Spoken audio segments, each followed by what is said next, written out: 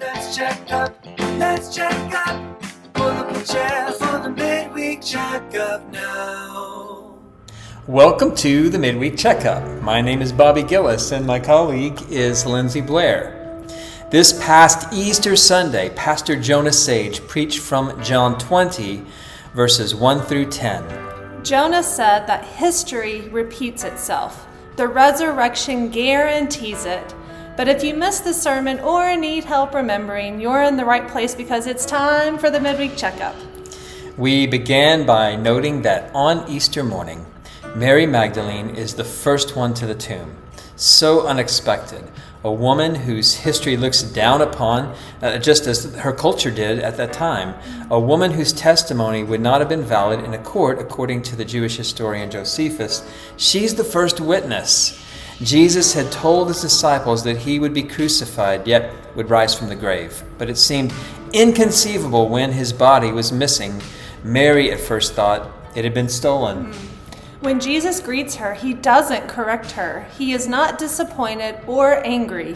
Gently, softly, he asks a question. He draws her out. He wants to hear from her, wants her to speak, to share, and to be honest. This is what we do with Easter tears and future fears. We speak them, we share them, and we're honest with them. He calls her by name, and when she hears his name from the voice of her master, her eyes are opened. She sees and she goes announcing the good news that he is risen. But it took hearing her name to awaken. She was looking for a body, not a resurrection. She was looking for a dead man, not a risen one. And that's us, isn't it? So good at looking for the death in ourselves and each other. But one day soon, everything will make sense. And what might happen if we learn to turn all of that energy that we spend fearing the future and repeating the past into just a little bit of hope?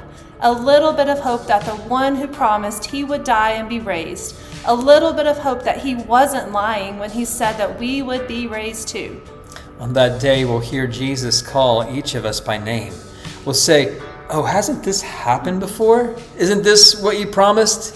We'll see and it will make sense. We are counting on history repeating itself, not just in death or elections or sports teams. We are counting on history repeating itself in resurrection. This is the promise that has been made, and Jesus' resurrection is the guarantee that it will be fulfilled. So we rejoice, we sing, we serve, we trust, we love. Certainly as those with Easter tears, but also as those with Easter hope. And this Sunday we'll continue our series Journey into the Night from the Gospel of Mark. And in Bible Fellowship, we'll begin discussing the first epistle of John. Join us and bring a friend.